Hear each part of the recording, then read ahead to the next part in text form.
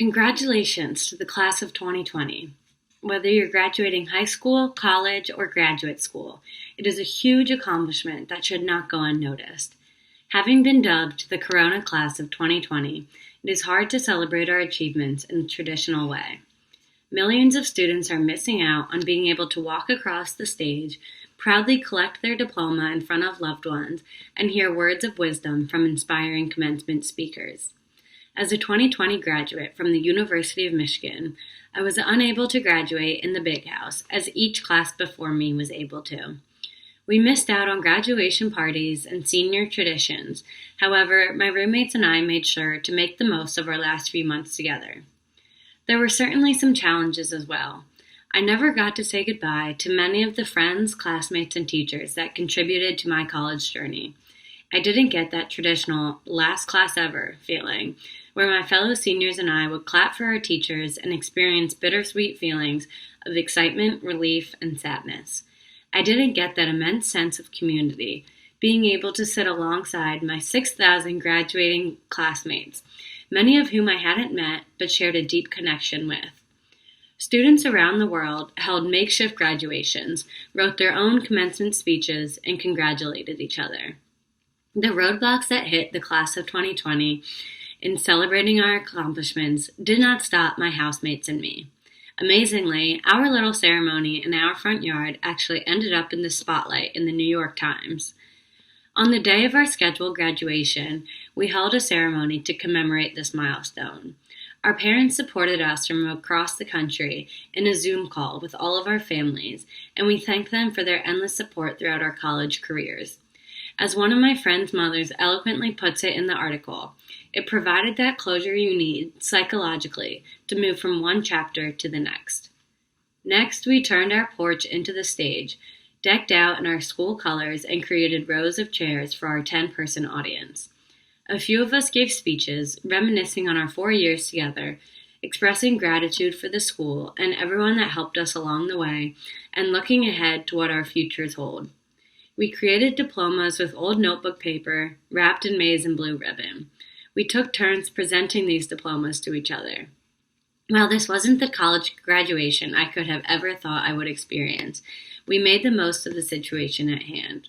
It gave us the closure that we needed, and we felt an even more intimate bond with each other. As flawless valedictorian, I would like to impart some ideas for my speech with my fellow class of 2020 flawless graduates. And while I was writing this, I did not want to think about Corona. Granted, that was extremely hard to do. The past few months have been flooded with the loss of loved ones, loss of jobs, and immense trauma. This might make you feel guilty for mourning the loss of your graduation. However, it's important to acknowledge your feelings during these difficult times. It is necessary and okay to grieve the loss of your graduation, as it is such an important milestone in your life. Graduation is called commencement because it is supposed to be a new beginning. We are supposed to get closure from this ceremony, turning the page onto the next chapter. As we look back on this chapter of our lives, the last 4 years, we need to acknowledge that the coronavirus changed the last few months of our senior year, but it does not define who we are as graduates. We must take what we gain from the experiences and carry on. We must pick each other up, celebrate the mountains we moved, and use what we've learned to be lights in this world. Coronavirus does not negate your achievements. Your high school, college, or graduate experience was so much more than these past few months. You worked hard to get where you are and become the person you chose to be. My 4 years at the University of Michigan has shaped me into who I am, allowing me to discover my passions, find my best friends, create everlasting memories, and become a better person. One of the biggest things I learned throughout college, especially during the coronavirus pandemic, was gratitude. I am grateful to the University of Michigan for allowing me to become a Wolverine. I'm grateful for the community I became a part of the first time I stepped onto campus, hearing the Go Blues and seeing the cheerful smiles from students and faculty. I'm grateful to my parents who made this dream a reality and supported me emotionally and financially all along the way.